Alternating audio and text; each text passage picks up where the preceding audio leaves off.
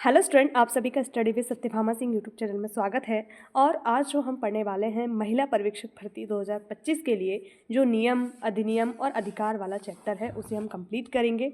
और एक ही वीडियो में हम सारा डायमेंशन जितने भी हैं बच्चे से संबंधित, महिलाओं से संबंधित, खाद्य सुरक्षा से संबंधित जितना भी हमारे सिलेबस में दिया हुआ है वो सारा हम कंप्लीट करने वाले हैं आज इस वीडियो के माध्यम से। तो कई सारे लोगों के मैसेज आ रहे थे कि मैम आप इस चैप्टर को कंप्लीट करवाइए, और मैंने ICMR की जो रिपोर्ट डाली थी वो भी स्टूडेंट को काफ़ी अच्छी लगी है। तो अगर इन लोगों ने ICMR की रिपोर्ट नहीं देखी है, न्यू जो रिसेंट 2020 वाली आई है, तो वो आप जाके प्लेलिस्ट में देख सकते हैं।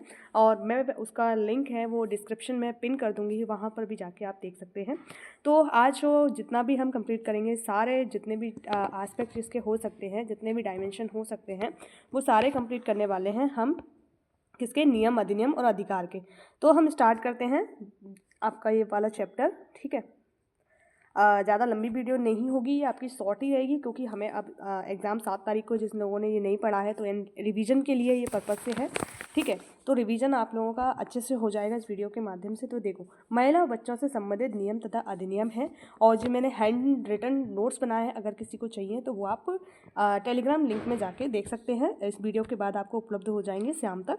ठीक है, चलो देखते हैं। जैसे बाल अधिकार को रोकने के लिए, यानी अभी जो रिसेंट अधिनियम है उनसे पहले क्या क्या प्रयास किए गए थे। तो देखो, हम शॉर्ट में पढ़ने वाले हैं सब चीज़ों को, क्योंकि अब रिवीजन है। अगर डिटेल में जाएंगे तो बहुत डीप में और बहुत लंबी वीडियो हो जाएगी। ठीक है, तो जो एग्ज़ाम के लिए इंपॉर्टेंट है इनसे बाहर बिल्कुल नहीं जाना है, क्योंकि जो छाँट छाँट के जो इंपॉर्टेंट हो सकता है, वन लाइनर फैक्ट, वो मैंने इसमें कवर किया है। जैसे नेटिव मैरिज एक्ट, ये आपका 1872 का एक्ट है। कब का? 1872 का। इसमें जो लड़की की एज, मैरिज की जो एज रखी गई थी वो 14 ईयर रखी गई थी, यानी 14 साल का उम्र में उसकी शादी होगी, और उससे पहले होगी तो बाल विवाह माना जाएगा। ऐसे अंग्रेजों के ज़माने का आया था ये एक्ट 1872 में। और इस समय आपको एक और पता है, लॉर्ड मेयर थे, इन्होंने जनगणना की थी सबसे पहले, तो वही ये चीज़ अगर आ गया तो दोनों चीज़ें याद हो जाएंगी। नेक्स्ट है जो सम्मति आयु अधिनियम है, ये 1891 का। इस समय जो गवर्नर जनरल थे लॉर्ड लैंसडाउन थे। कौन थे? लेंस डाउन, यानी 92 साल की उम्र में। याद करने के लिए है कि हाँ, लेंस डाउन हो जाते हैं, हमारे जो लेंस हैं वो डाउन हो जाते हैं, दिखना बंद हो जाता है। तो 12 साल याद हो गया हमें। ठीक है, वो 92 याद हो गए हैं, 12 92 दोनों चीज़ें हैं। ठीक है, उल्टा करने 92, सॉरी 91 है, 92 नहीं है, 91 है सम्मति आयु अधिनियम। यानी 91 साल की उम्र में, 90 के बाद क्या हो जाता है, हमारी आंखें हैं कमज़ोर हो जाती है। तो उसी समय जो अधिनियम आया था सम्मति आयु अधिनियम, और 12 साल की एज में इसमें लड़की की शादी की जाती है, और इसके पहले की जाती है तो बाल विवाह के अधीन आता है शारदा अधिनियम। जो शारदा अधिनियम है, सर शारदा थे, उन्होंने उनके नेतृत्व में यह अधिनियम पारित करवाया गया था। ब्रिटिश इंडिया कंपनी उस समय हम पे जो सरकार रूल कर रही थी, उस समय सरकार हो गई थी, क्योंकि 1858 के बाद में, तो उसने जो अधिनियम बनाया था शारदा अधिनियम 1929 में आया था इसमें। और जो आपका जो लागू हुआ था 1930 में। इसमें जो लड़की की विवाह की आयु है वो 14 ईयर, यानी 14 ईयर, और लड़के की 18 वर्ष निर्धारित की गई थी। यानी जो लड़का है वो 18 साल की एज में शादी करेगा, और लड़की है वो 14 ईयर में। इससे पहले अगर इन दोनों की शादी होती है तो वो चाइल्ड मैरिज के अंतर्गत आएगी, जिसके लिए सजा का प्रावधान था। ठीक है, और ये अधिनियम कब लागू हो गया था? 1930 में। और इनमें से ये क्वेश्चन तीनों पूछे गए हैं, आप ये याद रखना। जो प्रीवियस ईयर 2017 का पेपर हुआ था, अगर आपने नहीं देखा है तो आप चैनल की प्ले लिस्ट में जाइए, वहाँ पर जितने भी प्रीवियस ईयर के क्वेश्चन पेपर डाले हैं वो आप कब देख कर कंप्लीट कर लीजिएगा। ठीक है, अब है बाल विवाह निरोधक अधिनियम, ये आपका 1929 का है। ठीक है, कब का? 1929 का। अब इसमें भारत ने अपने लिए भी बना लिया, यानी अब भारत का आज़ाद हो गया, तो ये थोड़ी है कि उन्हीं के अधिनियम चलते रहेंगे, हम भी हैं, हम अपना नया अधिनियम बनाएंगे। तो हमने बाल विवाह प्रतिषेध अधिनियम 2006 बना लिया। ठीक है, क्या है, अभी रिसेंट का ही अधिनियम है, ज़्यादा पुराना नहीं है। इसमें क्या पूछा जाएगा? बाल विवाह प्रतिषेध अधिनियम कब का, ये पूछा भी गया है। ठीक है, जिनने क्वेश्चन पेपर देखा होगा, तो ये 2006 का है। ये आपका जो लागू हुआ था वो 1 नवंबर 2007। अब याद कैसे रखना है, 1 नवंबर को मध्य प्रदेश आज़ाद हुआ था, उसी समय 2007, बस याद रखना है, डेट याद रखने के लिए है। और 7 यानी 6 का अधिनियम में 1 साल बाद ये आपका क्या हो गया, लागू हो गया। इसमें जो धारा है 21, हमें क्या कहता है, याद करना है। देखो, कोई भी एक्ट पढ़ रहे हैं, सबसे पहले हमें क्या 3 चीज़ें याद रखनी है, उसका अधिनियमित कब हुआ था, लागू कब हुआ था, और टोटल कितनी धारा है। ये 3 क्वेश्चन आपने पढ़ लिए तो आपको अधिनियम के जितने भी क्वेश्चन आ रहे हैं वो जनरली यहीं से आते हैं। ठीक है, इसमें जो विवाह की आयु निर्धारित की थी, मतलब इस एक्ट के अनुसार जो बाल विवाह प्रतिषेध अधिनियम है, निरोधक अधिनियम है 1929, इसके द्वारा जो विवाह की आयु निर्धारित की थी, लड़की की आयु 18 वर्ष और जो लड़का होता है उसकी आयु 21 वर्ष निर्धारित की गई थी। यानी लड़के की शादी 21 साल के बाद ही हो सकती है और लड़की की 18 साल बाद। ठीक है, ये निर्धारित कर दिया। अभी इसको परिवर्तन करने के लिए कानून चल रहा है कि लड़की का भी आयु 21 साल किया जाए। तो अभी ऑन गोइंग है, अब देखते हैं कब तक ये लागू होता है या कब तक अधिनियमित होता है। अभी तो सिर्फ एक्ट है ये। नेक्स्ट है धारा जी 2 में बताए गए, ये याद रख लेना। थोड़ा उसमें एज पूछा है तो पूछ सकते हैं किस धारा में। वैसे धाराओं से क्वेश्चन बहुत ही कम आते हैं, तो फिर भी हम जो इम्पॉर्टेंट धाराएं वो हमने कवर की हैं, वो आप देख सकते हो। धारा 3 क्या कहता है, विवाह का शून्यकरणीय किया जाना। या जो शून्यकरणीय शब्द क्या है इसको समझिए। तो शून्यकरणीय का अर्थ होता है कि विवाह के जो पक्षकार हैं वो अपने विवाह को शून्य करा सकते हैं, यानी आपका शून्यकरणीय यानी वॉइडेबल करा सकते हैं, यानी समाप्त करवा सकते हैं अपने विवाह को। तो ये चीज़ बताई गई है, चाहे लड़का पक्ष हो चाहे लड़की पक्ष हो, दोनों में से कोई भी अपने विवाह को आज शून्य कराने की उसे वो है अधिकार। क्योंकि अगर किसी का मैरिज क्या हो गया है, चाइल्डहुड में हो गया है और वो नहीं चाहती उसे कंटिन्यू करना, तो वो उसे क्या कराती है, शून्य करा सकती है। क्योंकि बाल विवाह निषेध नहीं होता है, यानी वो शून्य नहीं होता है स्टार्टिंग से, उसे शून्य कराया जाता है। ठीक है, वॉइडेबल कराया जाता है।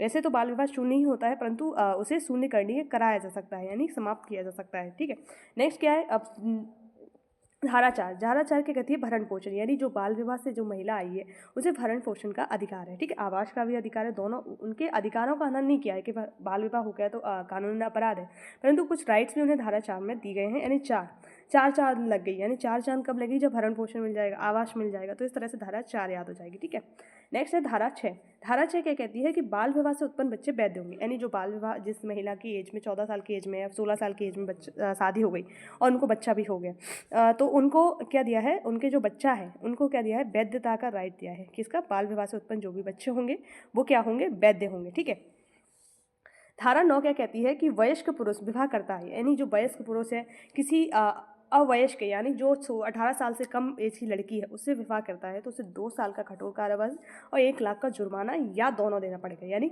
या का अर्थ समझिए, देखो कोई भी अधिनियम पढ़ते हैं या लिखा है, यानी या तो 2 साल की सजा हो सकती है उसे, या 1 लाख का जुर्माना, या दोनों हो सकती है। यानी उसे जुर्माने पे भी छोड़ा जा सकता है, या दोनों भी देना पड़ सकता है, या एक भी दे सकता है।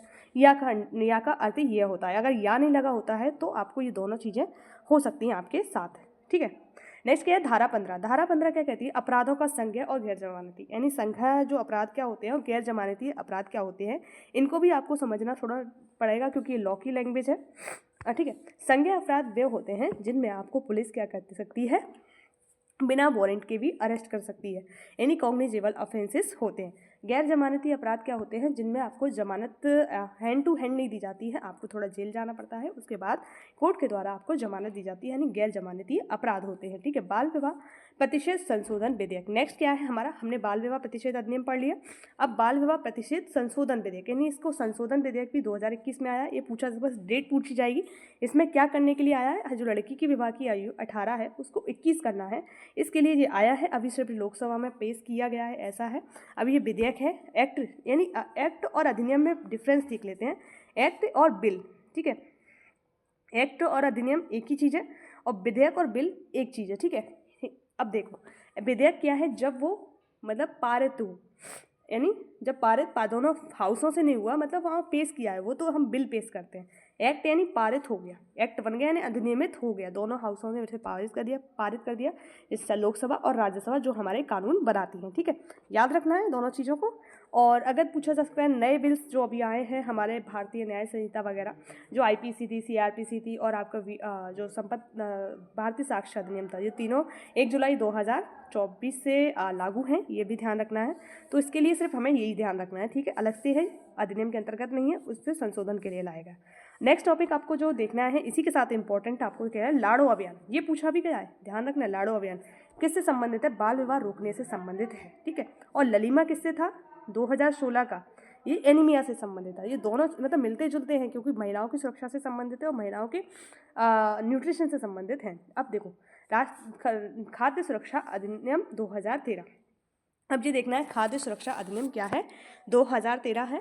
और इसमें ये क्यों लेके आया गया था, ये अधिनियम इसलिए लेके आया गया था ताकि लोगों को क्या मिले, एक गारंटी युक्त भोजन मिले। क्योंकि हमारे यहाँ क्या है, पॉवर्टी है, हंगर है, मतलब जो हमने SDG लक्ष्य जो हासिल करना है हमें 2015 में हमने निर्धारित किया है, 2030 तक हम क्या कर देंगे, भुखमरी को समाप्त कर देंगे, जो आपका SDG यानी सस्टेनेबल डेवलपमेंट गोल है। सीधे सतत विकास लक्ष्य जिन्हें बोला जाता है। और उसका गोल क्या है, 2030 तक हमें क्या करना है, भुखमरी को समाप्त करना है। ये अभी आपका पूछा गया है कि किस लक्ष्य को हमें कंप्लीट करना है, तो 2030 तक भुखमरी, क्योंकि सबसे बड़ी चीज़ तो वही है भुखमरी। फर्स्ट क्या है, गरीबी है ना। हाँ ठीक है, तो ये अधिनियम जो बनाया था वो 10 सितंबर 2013 को बना था। ठीक है, डेट हमको याद रखनी है, 10 सितंबर 2013। एक 10 सितंबर को एक कोई दिवस मनाया जाता है, बायोफ्यूल डे, तो वो भी याद रख लेना। और लागू कब हुआ था, 5 जुलाई 2013 को, याद रखना है। 10 सितंबर 2013 को अधिनियमित हुआ था और ये लागू हो गया था 5 जुलाई 2013 को। ठीक है, ग्रामीण क्षेत्र और शहरी क्षेत्र, यानी 75% ग्रामीण क्षेत्र और शहरी क्षेत्र 50%, यानी ग्रामीण क्षेत्रों को 75% कवर करना है, शहरी क्षेत्रों को 50%। सब्सिडी युक्त भोजन देना है। टारगेटेड जो आता है पब्लिक डिस्ट्रीब्यूशन सिस्टम, यानी लक्षित सार्वजनिक वितरण प्रणाली के माध्यम से, यानी लक्षित समूह को देना है, यानी ये नहीं है सभी लोगों को राशन देना है, जो लक्षित समूह है जो वास्तव में लाइबल हैं उन्हीं को ही देना है। ठीक है, राशन कार्ड, यानी जो भी इस योजना, जो आपका राष्ट्रीय खाद्य सुरक्षा क्या है, आपका राष्ट्रीय खाद्य सुरक्षा अधिनियम 2013, वो क्या है, राशन कार्ड, यानी जो भी राशन कार्ड बनेगा वो आपकी परिवार की महिला के नाम पर ही बनेगा। क्योंकि इसमें क्या क्यों बन रहा है, पहले एक पुरुष के नाम पर रहता था, अब महिला के नाम पर इसलिए रहता है वो राशन कार्ड, क्योंकि इसको महिला सशक्तिकरण के लिए ये राशन कार्ड दिया जाता है। ठीक है, और महिलाओं के नाम पर बनेगा, जो इसकी आयु 18 वर्ष हो और 18 वर्ष से ऊपर भी हो सकती है। ठीक है, 18 वर्ष मिनिमम है और ऊपर भी हो सकती है, उन महिलाओं का बनेगा जो परिवार की हैं। और अगर जिनके घर में महिला नहीं है तो पुरुष के नाम पर बनेगा। ठीक है, कुल धाराएं कितनी हैं, 45 हैं। अध्याय कितने हैं आपके, 13 अध्याय हैं। और अनुसूचियाँ कितनी हैं, 4 हैं। ठीक है, ध्यान रखना है। और जो टोटल कितने कवर एरिया को कर रहा है, 67% भारत के एरिया को कवर कर रहा है। जीरो हंगर 2030 तक, यानी जो SDG का लक्ष्य है उसे 2 को प्राप्त करना है। धारा 4 क्या कहती है कि हमारी गर्भवती तथा धात्री माताओं को पोषण, यानी गर्भवती महिला जिसके अभी बच्चा नहीं हुआ है, धात्री जो बच्चे को दूध पिलाती है, इनको पोषण देना है। धारा 4, यानी 4 चांद जब लगेंगे जब उन्हें क्या मिलेगा, न्यूट्रिशन। इस तरह से धारा 4 याद हो जाती है। धारा 5, यानी बालकों को पोषण देना है। जो बच्चे 6 माह से 6 वर्ष के हो गए हैं उन्हें आंगनबाड़ी के माध्यम से पोषण दिया जाएगा। यानी पहले तो इनके 4 चांद लगी, अभी 5, यानी जब बच्चा क्या हो गया, 6 माह, 6 माह यानी 1 बढ़ गया, 5 से 6 हो गया, तो उन्हें क्या देगा, पोषण दिया जाएगा। और बालक है जो 6 से 14 साल के, स्कूल के माध्यम से, और एक कक्षा 8 तक के बच्चों को इसमें कवर किया जाएगा। ठीक है, धारा 6 क्या कहती है कि कुपोषण का निवारण और प्रबंधन करना है। तो कुपोषण को समाप्त करना है और निवारण करना है। ये भी हमारा इंपॉर्टेंट है कि कुपोषण सबसे बड़ी समस्या है हमारे देश की। ठीक है, धारा 12 क्या कहती है, जो टारगेटेड जो पब्लिक डिस्ट्रीब्यूशन सिस्टम है, यानी जो लक्षित सार्वजनिक वितरण प्रणाली है, उसमें सुधार करना बहुत ज़रूरी है। धारा 12 के अंतर्गत ये बताया गया। तो धारा 13 जो हमने कहा ना कि राशन 18 वर्ष की महिला या उससे अधिक की महिला के नाम होगा, वो धारा 13 में मेंशन किया गया है। धारा 16 काफ़ी ज़्यादा इंपॉर्टेंट है।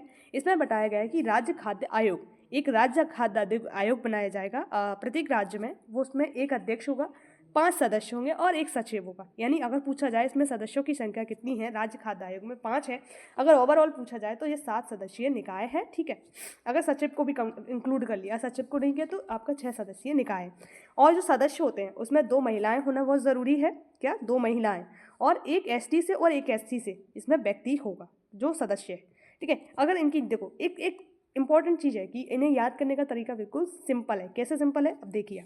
देखो, चाहे इनकी नियुक्ति हो, अठाना हो और इनकी सेवा शर्तें हों, सब कुछ कौन कर रहा है, आपका राज्य सरकार, यानी हमारी स्टेट गवर्नमेंट ही इन्हें सब कुछ, जो भी इनकी कार्यप्रणाली हो, नियुक्ति हो, हटाना हो, इनका जो कार्यकाल होता है 3 वर्ष 60 वर्ष की उम्र तक होता है। ठीक है, राज्य के लिए। योजनाएं क्या है इनकी, योजना है अंत्योदय। अब हम देख लेते हैं कि इनसे संबंधित कुछ योजनाएं भी चल रही हैं। हमने न्यूट्रिशन से अंत्योदय अन्न योजना, अंत्योदय अन्न योजना है। इसमें 25 दिसंबर 2000 को ये योजना आई थी। इसके अंतर्गत क्या है कि 35 किलो, पैसे तो आपको 25 केजी अनाज दिया जाता था, अब 35 केजी अनाज दे रहा है अंत्योदय योजना के तहत। और ये कब की है, 25 दिसंबर 2000 की है। ठीक है, याद रखना है। और इसमें 3, 2 और 1, यानी 3 रुपये किलो, 2 रुपये किलो, 1 रुपये किलो क्या दिया जाएगा, 3 रुपये किलो चावल, 2 रुपये किलो गेहूँ और 1 रुपये किलो मोटा अनाज।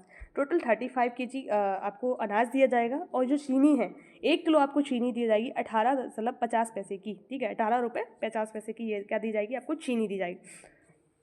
और एक और योजना है वो भी इम्पोर्टेंट है, प्रधानमंत्री गरीब कल्याण अन्न योजना। ये आपकी दिसंबर 2020 में आई थी, कोरोना के समय अन्न वितरण करने के लिए, और इसे 2022 में इसको समाप्त होना था, परंतु इसे 2023 में बढ़ाकर 5 साल के लिए और बढ़ा दिया। 2023 में इसकी अवधि है वो बढ़ा दी गई है, कब, 5 वर्ष और के लिए, यानी अब 2028 तक रहेगी।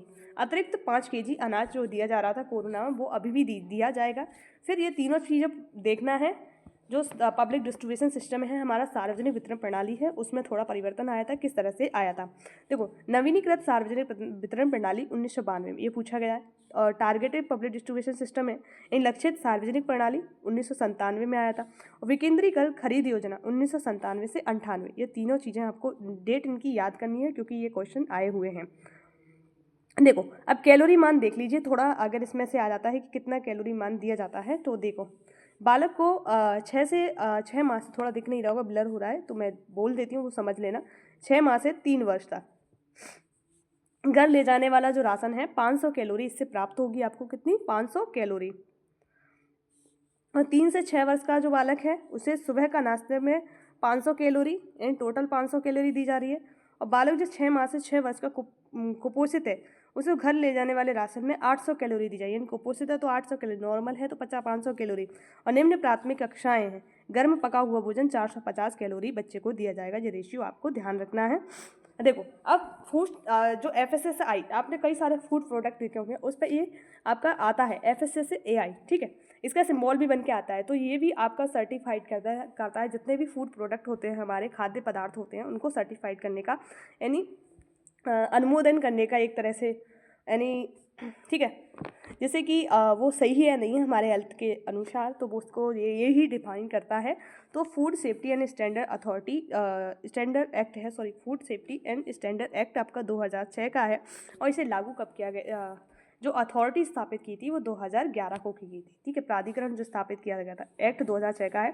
और फूड सेफ्टी एंड जो स्टैंडर्ड अथॉरिटी जो आपकी बनाई थी, प्राधिकरण, वो 2006 का है, और आपका एक्ट कब का है? 2000, सॉरी मिसमैच हो गया है, एक्ट 2006 का है, और प्राधिकरण जो अथॉरिटी है वो 2011 की, ये याद रखना है। अथॉरिटी का हेडक्वार्टर कहाँ पर है? न्यू दिल्ली में है। इसके 4 क्षेत्रीय कार्यालय हैं। देखो, क्षेत्रीय कार्यालय बिल्कुल सिंपल है, यहाँ पर क्या है? दिल्ली है, यहाँ पर क्या है? कोलकाता है, और यहाँ पर आपका क्या मिलेगा? मुंबई मिलेगा, और यहाँ पर क्या मिलेगा आपका? चेन्नई, ठीक है। यानी चारों कोनों पे आपके क्या मिल रहे हैं? क्षेत्रीय कार्यालय मिल रहे हैं। याद करने के लिए मैंने इस तरह का बताया है आपको, तो आपको ध्यान रहेगा। देखो, भारतीय खाद्य निगम की स्थापना कब हुई थी, ये पूछा गया है। तो 1965 में भारतीय खाद्य निगम की स्थापना हुई थी। पहला जो फूड पार्क मध्य प्रदेश में बना था वो कहाँ बना था? आपका खरगोन में, और कसरावाड़ जो जगह है ग्राम पनमा में बना था। दूसरा बना था अवंती, ठीक है, याद रखना है। नेक्स्ट क्या है? मध्य प्रदेश खाद्य आयोग। मध्य प्रदेश खाद्य आयोग बना था 11 अप्रैल 2017 को। क्या बना था? 11 अप्रैल 2017 को, धारा 16(1) के तहत। मुख्यालय कहाँ है? भोपाल में। अध्यक्ष कौन है? वीरेंद्र मल्होत्रा। और राशन मित्र कौन है? मध्य प्रदेश खाद्य सुरक्षा पोर्टल, ठीक है, याद कर लेना इसकी डेट, किस धारा के तहत उसका मुख्यालय का, ये इंपॉर्टेंट है। अध्यक्ष कौन है? वीरेंद्र मल्होत्रा। नेक्स्ट एक्ट क्या है अपना? दहेज प्रतिरोध अधिनियम या प्रतिषेध अधिनियम बोल सकते हैं, 1960 में। पहले तो हमें क्या याद कर रखना है इस अधिनियम में? 1961 में दहेज प्रतिरोध अधिनियम आया था। ये लागू कब हुआ था? 1 जुलाई 1961 को। कब? 1 जुलाई 1961 को, 61 के समय हुआ था, ठीक है। दहेज आप 61 के साथ, मतलब 19 साल की एज में दहेज देते हो, और 61 गुना देते हो, तो इस तरह से याद कर लो, ठीक है। कुल धाराएं इसमें कितनी हैं? 10 है, याद रखना है। कुल धाराएं 10 हैं। 1 जुलाई 1961 को लागू हुआ था। ये 2 चीज़ें याद कर लेना है। और धारा 2 में क्या दी है? दहेज की परिभाषा दी है। एक अधिनियम आप देख सकते हो, जितने भी अधिनियम होते हैं उनकी जो परिभाषाएं होती हैं लगभग धारा 2 में दी जाती है। याद करने के लिए, धारा 3 क्या कहता है कि दहेज लेने और देने, यानी आप दहेज लो चाहे दहेज दो, दोनों के लिए आपको सज़ा मिलेगी 5 साल की, प्लस 15,000 जुर्माना भी देना पड़ेगा, या दहेज के मूल्य के बराबर भी देना पड़ेगा। 5 साल की सज़ा तो आपको होगी, प्लस आपको जुर्माना भी देना है। और जुर्माना कैसा? 15,000 भी जज बोल सकता है। साथ में क्या बोल सकता है? दहेज के मूल्य का, यानी आपने कितना दहेज दिया है वो भी आप उसे चुकाओगे, ठीक है। अब जो दहेज में क्या शामिल नहीं? जो उपहार मांग किए गए शामिल नहीं है, मतलब जो उपहार हैं, उपहार जो आप देते हो अपनी स्वेच्छा से, वो उसमें शामिल नहीं है। जो आपने मांग किए हैं वो शामिल है, ठीक है। दोनों में डिफरेंस समझना है। नेक्स्ट है धारा 4 क्या कहती है, दहेज मांगने पर। यहाँ पर क्या है, मांगने और देने पर दोनों में 5 साल की सजा हो रही थी। यानी यहाँ पे क्या है, आप मांग रहे हो, वो देने वाले पे नहीं लग रहा। 2 साल और 10,000 का जुर्माना। यानी आपसे कोई दहेज मांगता है तो आप 2 साल की उसे सजा करवा सकते हो और 10,000 का जुर्माना उसे देना पड़ सकता है। धारा 4 ए यानी विज्ञापन पर प्रतिबंध का दंड। विज्ञापन किस तरह से आएगा, नहीं आपने न्यूज़पेपर में देखे होंगे कि विज्ञापन आते हैं, परंतु वो किस तरह के विज्ञापन आते हैं, नॉर्मल विज्ञापन आ रहे हैं अभी, ठीक है। परंतु अगर कोई इस तरह का विज्ञापन देता है कि इस लड़के से शादी करनी है, इस लड़की से शादी करनी है, उसके लिए 10,000 रुपये या 2 लाख 5 लाख 15 लाख दे की डिमांड है, तो इस तरह के कोई विज्ञापन करता है तो वो 6 मास की सज़ा तो उसे हो सकती है, मिनिमम 5 साल तक की भी हो सकती है, प्लस जुर्माना 5,000 रुपये होगा, या दोनों चीज़ें हो सकती हैं। ये बताया गया धारा 4 ए में, यानी 6 माह से 5 साल की सज़ा और फिर क्या बोला है, या जुर्माना 5,000 रुपये, ठीक है। ये दोनों चीज़ों से हो सकती है। धारा 5 क्या कहती है, दहेज लेने या देने का करार शून्य होगा। यानी करार यानी कॉन्ट्रैक्ट। आप किसी से दहेज, जैसे आप कॉन्ट्रैक्ट में पढ़ा होगा आपने कि कोई कॉन्ट्रैक्ट करता है कि मुझे तुम 10,000 रुपये दो, मैं तुम्हें वो वाली चीज़ दूंगा, तो अगर वो ब्रीच करता है तो वो कोर्ट में जा सकता है, यानी तोड़ता है उसे। और इस तरह का कोई कॉन्ट्रैक्ट करता है कि आप दहेज में 15 लाख रुपए दीजिए तभी शादी होगी, तो इस तरह का जो भी कोई कॉन्ट्रैक्ट करता है और उसने शादी नहीं करी मान लो, तो वो गया कोर्ट के पास कि भाई उसने शादी नहीं की और हमने 10-20 लाख रुपए देने की बोला था, अब कॉन्ट्रैक्ट ब्रीच कर दिया, तो इस तरह का लेके नहीं जा सकता, ठीक है, क्योंकि दहेज में इस तरह की चीज़ें शामिल नहीं होती हैं, ठीक है। नेक्स्ट क्या है, धारा 8 अपराध संज्ञेय और अजमानती और असमनीय होंगे।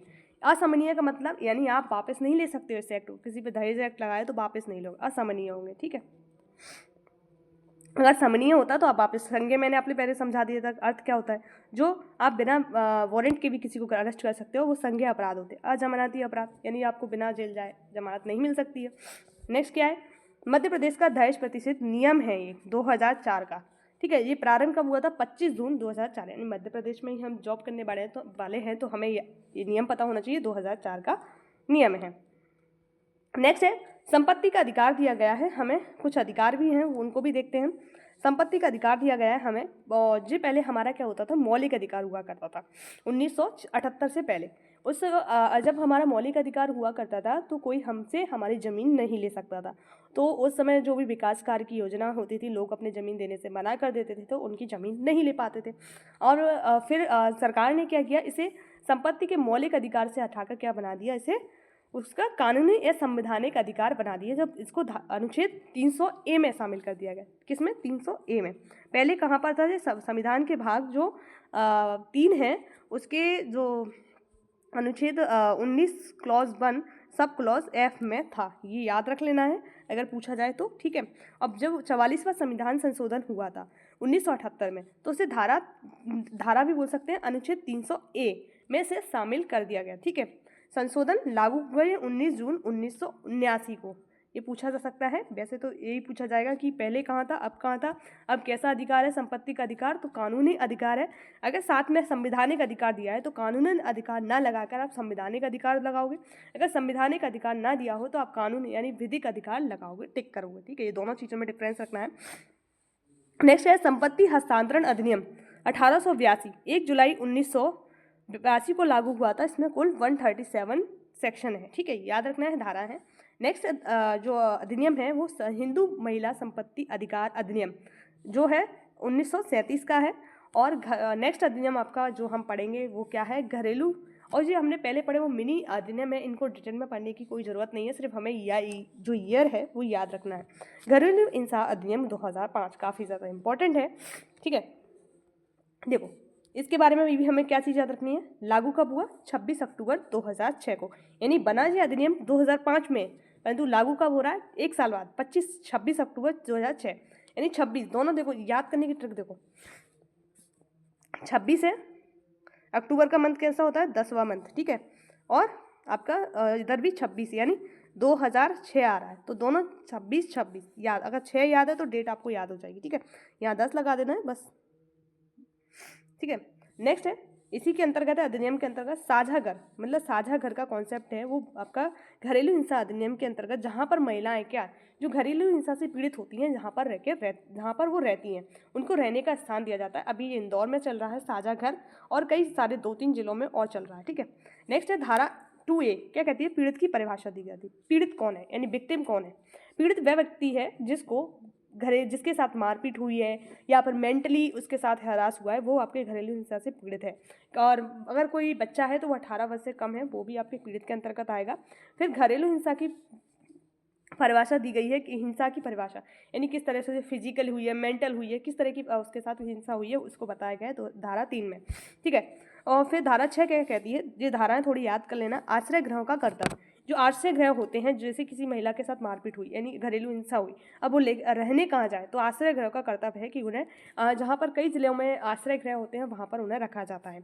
धारा 7 क्या कहती है, चिकित्सा सुविधा का कर्तव्य, यानी किसी महिला के साथ इंजरी हुई है, यानी फिजिकली इंजरी हुई है, मेंटली इंजरी हुई है, तो उसे क्या दिया जाएगा, चिकित्सा सुविधा के कर्तव्य है, यानी चिकित्सा सुविधा का उसे अधिकार दिया जाएगा, कोर्ट उसे देगा, ठीक है। नेक्स्ट क्या है, धारा 16। धारा 16 क्या कहती है, कार्रवाई बंद कमरे में होगी, यानी किस तरह से बंद कमरे में होगी, जैसे कि आप देखते हो कि किसी के साथ सेक्सुअल हरासमेंट होता है तो वो केस कैसे होते हैं, बंद कमरे में चलते हैं।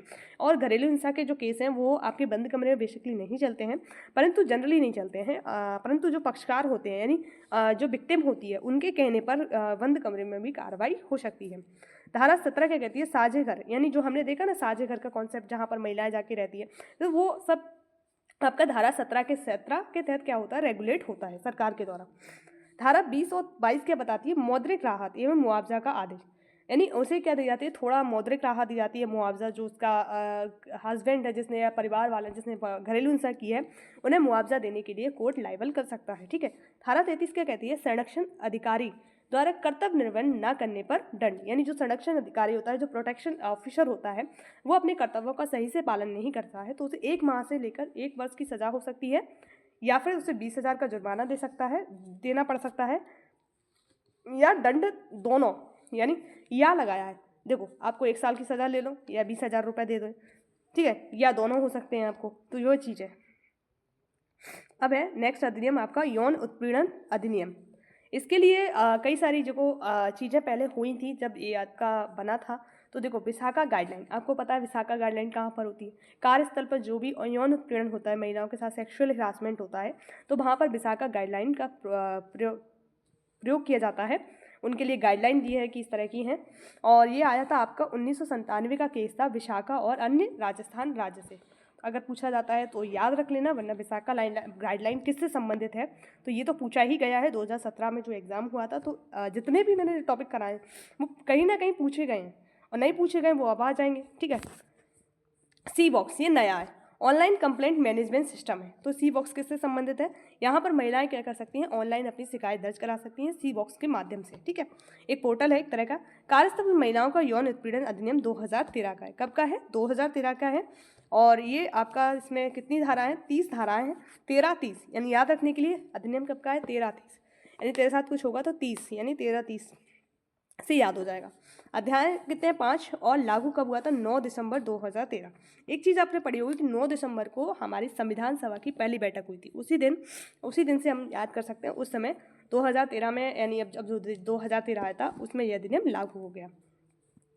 धारा 3 क्या बताती है, यौन उत्पीड़न की रोकथाम बताती है। धारा 10 सुलह बताती है, यानी सुलह किस तरह से, यानी महिलाएं सुलह भी कर सकती हैं, माफ़ भी कर सकती हैं किसी को उनके साथ हैरासमेंट होता है तो। राष्ट्रीय महिला आयोग जो है, महिला आयोग अधिनियम, जो महिला अधिनियम बना है 1990 के अधीन 31 जनवरी 1992 को बना था, यानी अधिनियम कौन था, महिला संरक्षण अधिनियम है 1990 का, और 31 जनवरी 1992 को ये आयोग बन गया था, ठीक है। धाराएं कितनी हैं, 17 हैं, अध्याय कितने हैं, 5 हैं। धारा 3 में आयोग की संरचना बताई गई है, हमें सिर्फ धारा 3 से मतलब है, और टोटल धाराएं 17 और अध्याय 5 है, ठीक है। नियुक्ति, सेवा शर्त, हटाना, पदावधि, ये सब कौन कर रहा है, केंद्र सरकार। आप चाहे बाल संरक्षण आयोग पढ़ लो, चाहे राष्ट्रीय महिला आयोग पढ़ लो, इन दोनों में कॉमन चीज़ क्या है, केंद्र सरकार ही इनकी अपॉइंटमेंट करता है, वही इन्हें हटाता है, वही इनकी नियुक्ति करता है, वही पदावधि निर्धारित करता है, वही सेवा शर्त निर्धारित करता है, तो ये याद कर लेना। अध्यक्ष कौन है, विजय राटकर है, अभी बनी हुई है तो पूछा जा सकता है। कार्यकाल इनका जो अध्यक्ष हो या सदस्य, तीनों का क्या होता है, 3 वर्ष 65 वर्ष की आयु तक होता है। सखी वन स्टॉप सेंटर कुछ जो सरकार के इनिशिएटिव हैं वो भी हमें पता होना चाहिए। जो सखी वन स्टॉप सेंटर है वो कब बना था? 1 अप्रैल 2015 को, याद होना चाहिए। सखी वन स्टॉप सेंटर कब का है? 1 अप्रैल 2015 का। निर्भया फंड है वो आपका कब का है? 2013 का, ठीक है। नेक्स्ट है बाल एवं महिला विकास, जो है महिला एवं बाल विकास विभाग है 1985 में बना था, परंतु जो मंत्रालय है वो 2006 में बना था। कब? विभाग 1985 और मंत्रालय कब? 2006। 2024 में जो महिला दिवस था उसकी थीम क्या थी? महिलाओं में निवेश करें और प्रगति में तेजी करें। अंतर्राष्ट्रीय महिला दिवस 8 मार्च को मनाया जाता है। तो अभी आएगा आपके एग्जाम के बीच में ही है, तो पूछा, वो थीम तो नहीं पूछी जाएगी परंतु ये जरूर पूछी जाएगी, ठीक है। मध्य प्रदेश महिला आयोग 95 है और भारत का कब का है? 1992, ठीक है। दोनों चीज़ याद रखना है। 6 सदस्यीय निकाय अशासकीय हैं और एक शासकीय है, यानी अध्यक्ष है वही शासकीय होता है, बाकी सब अशासकीय होते हैं। एक अध्यक्ष और 6 सदस्य हैं। सेवा शर्तें हों, त्याग पत्रों, नियुक्ति, हटाना, सब कौन कौन कर रहा है? राज्य सरकार कर रही है, ठीक है। यही इनमें कॉमन चीज़ है, ठीक है। कुछ महिलाओं से संबंधित प्रावधान है जो संविधान में हमारे दिए गए हैं। जो हमारा कॉन्स्टिट्यूशन है जो आपका 1950 में 26 जनवरी को लागू हुआ था, उसी में दिए गए। अनुच्छेद 14 में क्या बताया गया? पुरुषों और महिलाओं को राजनीतिक, आर्थिक और सामाजिक क्षेत्रों में समान अधिकार और समान अवसर प्राप्त होंगे, यानी समान अधिकार दिया है। कहाँ पर? राजनीतिक, आर्थिक और सामाजिक, ठीक है। किसी भी जगह उनसे भेदभाव नहीं किया जाए। अनुच्छेद 15(1) क्या कहता है? धर्म हो आपका, मूल वंश हो, किस वंश से आते हो, जाति आपकी कुछ भी हो, लिंग कुछ भी हो, यानी 4 चीज़ें याद रखो। ये पूछे जाते हैं, धर्म, मूल वंश, जाति, लिंग आदि के आधार पर किसी भी नागरिक के विरुद्ध भेदभाव का निषेध है, यानी किसी भी नागरिक से आप क्या नहीं कर सकते हो? भेदभाव। यहाँ पर नागरिक शब्द आ रहा है, ठीक है। अनुच्छेद 15(3) जो क्लॉज 3 है, मतलब 15 क्लॉज 3, विशेष प्रावधान सरकार को ऐसी कार्रवाई करने की अनुमति देते हैं जो महिलाओं को लाभ पहुंचाती है और लैंगिक समानता को बढ़ावा देती है, यानी यहाँ पर महिलाओं के लिए स्पेशल कार्य किए जा सकते हैं। नेक्स्ट क्या है? अनुच्छेद 16 बोलता है सार्वजनिक नीतियों में सभी नागरिकों के लिए समान अवसर। तो ये 16 क्लॉज 3 में भी बताया गया है, ठीक है। नेक्स्ट क्या है? अनुच्छेद 23 मानव तस्करी और जबरन श्रम पर प्रतिषेध, यानी मानव तस्करी है और जबरन जो आपका श्रम कराया जाता है उन पर प्रतिषेध किया गया है। मानव तस्करी है, जबरन श्रम है, प्रतिबंध किया गया है, ठीक है, धारा 23 के तहत।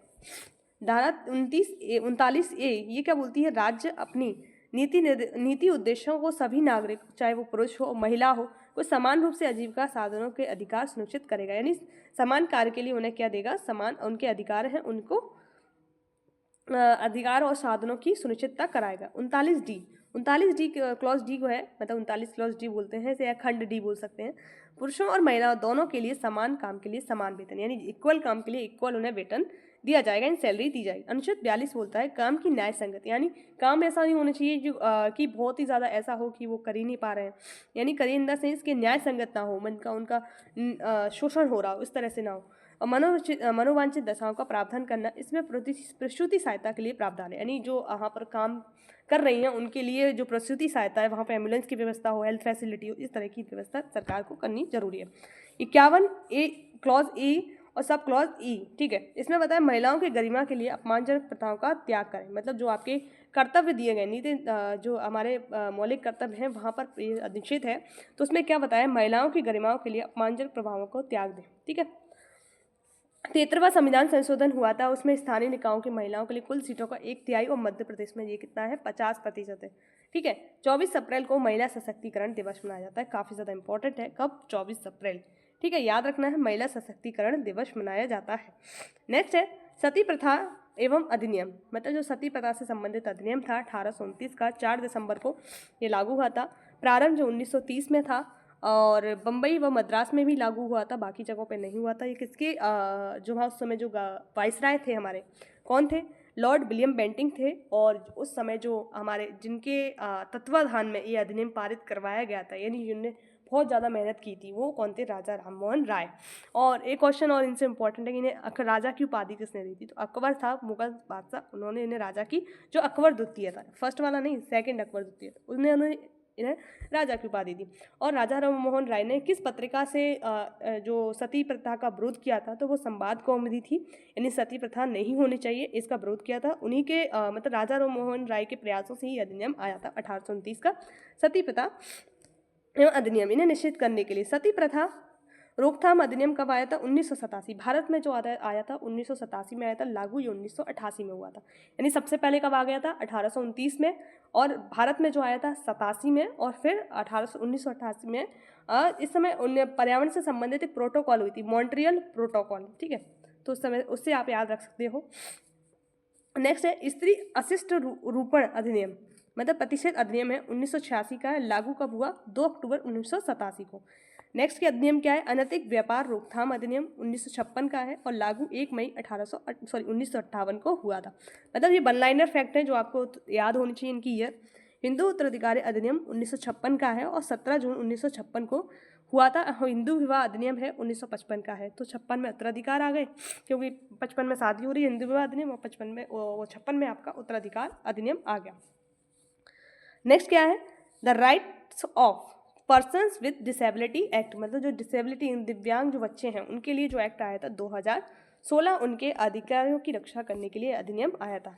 नेक्स्ट जो आपकी एक अभियान है सुगम्य भारत अभियान, ये आपका 3 दिसंबर 2015 को शुरू हुआ था, जब मध्य प्रदेश में कौन सी घटना हुई थी? 1984 में। आप लोग कमेंट में ज़रूर बताना। 2 से 3 दिसंबर को एक घटना हुई थी, वो भोपाल में हुई थी स्पेशली, उसका नाम आप कमेंट करना ज़रूर। नहीं पता तो मैं आपको लास्ट में आपके कमेंट का आंसर ज़रूर दूंगी, ठीक है। तो ये दिव्यांगजनों के सशक्तिकरण के लिए लागू हुआ था, ठीक है। नेक्स्ट क्या है? पॉस्को एक्ट, ये हमारा आखिरी है, और इसके बाद हमारा आज का जो एक्ट वाला सेशन है वो ख़त्म हो जाएगा। इन पॉक्सो एक्ट के बाद हमारा पूरा एक्ट वाला सेशन में जितने थे सारे हमने कंप्लीट कर लिए हैं, कुछ भी नहीं छोड़ा है, A to Z सब कंप्लीट है, ठीक है। इससे बाहर आपका एग्जाम में जाना ही नहीं है, क्योंकि इससे ज़्यादा क्या पूछेगा एग्जाम में? कुछ नहीं पूछने वाला, इतने ही पूछेगा, ठीक है। नेक्स्ट है पॉस्को। पॉस्को एक्ट आपने सुना होगा 2012 में क्या हुआ था कि निर्भया जो कांड हुआ था उसके बाद से महिलाओं की सेफ्टी के लिए देखा जाने लगा था। तो उस समय छोटे बच्चों के साथ भी इस तरह की घटना हो रही थी, तो पॉस्को एक्ट आया था 2012 का, ठीक है। तो protection of the children from sexual offences act, यानी इसका हमें क्या होना चाहिए? फुल फॉर्म याद होना चाहिए। पॉक्सो का फुल फॉर्म पूछा गया है और अब भी पूछा जा सकता है, ठीक है। इसे हिंदी में बोलते हैं लैंगिक अपराधों से बालकों का संरक्षण अधिनियम 2012। ये लागू हुआ था हमारा 14 नवंबर, जिस दिन बाल दिवस होता है उसी दिन इसको लागू किया था, 14 नवंबर 2012 को। इसमें शामिल कौन है? 18 से कम आयु के बच्चे, यानी ऐसा नहीं है कि इसमें सिर्फ बच्चियाँ ही शामिल हैं या लड़के ही शामिल हैं या ट्रांसजेंडर शामिल है, ये लिंग उदासीन है, यानी इसमें सिर्फ चाइल्ड आता है, यानी बच्चा आता है, और चिल्ड्रन बच्चे आते हैं, उसके अलावा कुछ नहीं आता है। यानी उनमें मेल, फीमेल और ट्रांसजेंडर तीनों जेंडर इसमें शामिल हैं। उनके साथ किसी भी तरह के अनैतिक कृत्य होता है तो वो जो भी करता है वो उसके लिए लायबल होगा, उसको सजा होगी बाकायदा।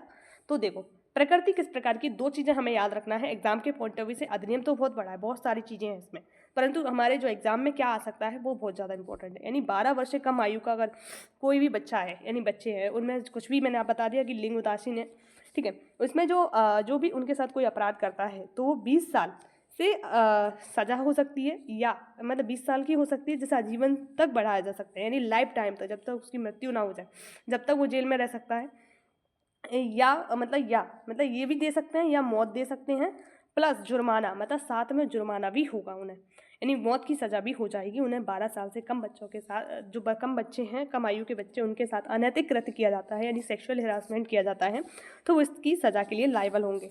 तो 12 से 18 वर्ष के कम आयु के बच्चे हैं। अब जो 12 से 18 है, यानी यहाँ से हमने 12 से कम देखा, 12 से 18 है, मतलब 12 से बड़े हैं, ठीक है। उनके साथ अगर कोई अपराध करता है, यानी सेक्सुअल हरासमेंट करता है, तो वो आपके 20 साल की सज़ा के लिए लायबल होंगे। इसे आजीवन तक बढ़ाया जा सकता है, प्लस जुर्माना, यानी जुर्माना भी देंगे ये लोग, क्योंकि इतना बड़ा कृत्य करेंगे तो भुगतना तो पड़ेगा ही, क्योंकि इस अनैतिक कृत्य है, एक समाज के लिए धब्बाएं ऐसे लोग, ठीक है। इसमें 18 से कम अगर वो आपका एक्यूज्ड है, बोले कि उसने कंसेंट दी थी, यानी 16 या 17 साल के बच्चे के साथ इस तरह की घटना हुई, ये थोड़ा बड़ा है, तो वो बोलता है कि इसने कंसेंट दी, तो उस तरह की कंसेंट नहीं मानी जाएगी, क्योंकि ऐसा माना जाता है कोर्ट में कि वो बच्चा है, वो कंसेंट देने के लिए अभी लायबल नहीं है, इस तरह की वो सोच नहीं सकता है कि मैं किस तरह की कंसेंट दे रहा हूँ, ठीक है, सहमति दे रहा हूँ, तो ये मान्य नहीं है। मुक्त कानूनी जो बच्चे हैं उनको मुक्त कानूनी सहायता की व्यवस्था सरकार के द्वारा की जाएगी। उनकी पहचान क्या है? गोपनीय रखी जाएगी, जो विक्टिम है आपका, ठीक है। विशेष लोक अभियोजक जो उनका केस लगेगा, वो व्यक्ति क्या होगा, विशेष लोक अभियोजक को 7 साल का अनुभव होना जरूरी है। ऐसा नहीं है कि कोई भी वकील उसका केस लड़ ले, सिर्फ वही व्यक्ति लड़ सकता है जिसको 7 साल का एक्सपीरियंस है इन पब्लिक जो प्रोसिक्यूशन है, वो 7 साल का एक्सपीरियंस जिसको होना चाहिए। नेक्स्ट क्या है, धारा 35। धारा 35 में क्या बताया गया, 1 साल के भीतर इनकी क्या होगी, सुनवाई होगी। उस समय चला था ना कि जब 2012 में एक्ट आया था कि 1 साल के भीतर ऐसे मामलों की सुनवाई होगी, तो वही चीज़ है कि वो कहाँ पर दिया है, वो धारा 35 में दिया गया है। धारा 14 क्या कहती है, अश्लील उद्देश्यों के लिए बच्चों का उपयोग करता है वो कोई भी लोग, तो वो 5 साल की सज़ा और जुर्माने प्लस जुर्माने से भी उसको दंड मिलेगा। यानी 5 साल का बच्चों का मिसयूज कर रहा है, अश्लील उद्देश्यों के लिए कर रहा है, तो 5 साल और प्लस जुर्माना उसे देना पड़ेगा। धारा 15 क्या कहती है, पोर्नोग्राफी, यानी आप समझ देख रहे हो कि इस समय पोर्नोग्राफी का कल्चर काफ़ी ज़्यादा चल रहा है और ये समाज के लिए भी गलत है और बच्चे की जो एक मेंटल हेल्थ के लिए भी बहुत गलत है। तो इसके ऐसा कोई कृत्य करता है तो 3 साल की सज़ा होगी। अगर कोई वाणिज्यिक वितरण के लिए करता है, यानी इस समय तो वो क्या कर रहा है कि खुद ही देख रहा है, तो उस समय भी उसे सज़ा हो सकती है 3 साल की। और वाणिज्यिक मतलब उससे कुछ अर्न कर रहा है, यानी पैसा कमा रहा है, तो वो 7 साल प्लस जुर्माना दोनों से उसे सज़ा दी जाएगी, दंड उसे मिलेगा। तो हमने जितने भी एक्ट पढ़े वो सारे एक्ट हमारे कंप्लीट हो चुके हैं, यानी हमने सारे एक्ट कंप्लीट कर लिए, पूरे नियम कर लिए, ठीक है, और जो अधिकार थे वो भी कंप्लीट कर लिए हैं। तो आपको वीडियो अच्छी लगी हो तो please like share and subscribe कीजिए, क्योंकि बहुत मेहनत से मैंने वीडियो बनाई है आपके लिए। कहीं नहीं, बहुत जगह से कंटेंट ढूंढा है, कहीं जगह जगह से बहुत सारी साइटों से मैंने कंटेंट ढूंढा है आपके लिए। तो जो भी कंटेंट बनाया है मैंने देख के बनाया है आपके लिए, सारी जगह से बनाया है जो भी एग्ज़ाम के लिए इंपॉर्टेंट हो सकता है। साथ में मैंने कई सारी योजनाएँ भी शामिल की हैं इसमें जो मेरे बच्चों से संबंधित है, महिलाओं से संबंधित है, ठीक है। तो आप लोग इसे एंड तक ज़रूर देखिए, जो भी एंड तक देख रहा है प्लीज़ लाइक और सब्सक्राइब और शेयर ज़रूर कीजिए। And thank you. जय हिंद, जय भारत।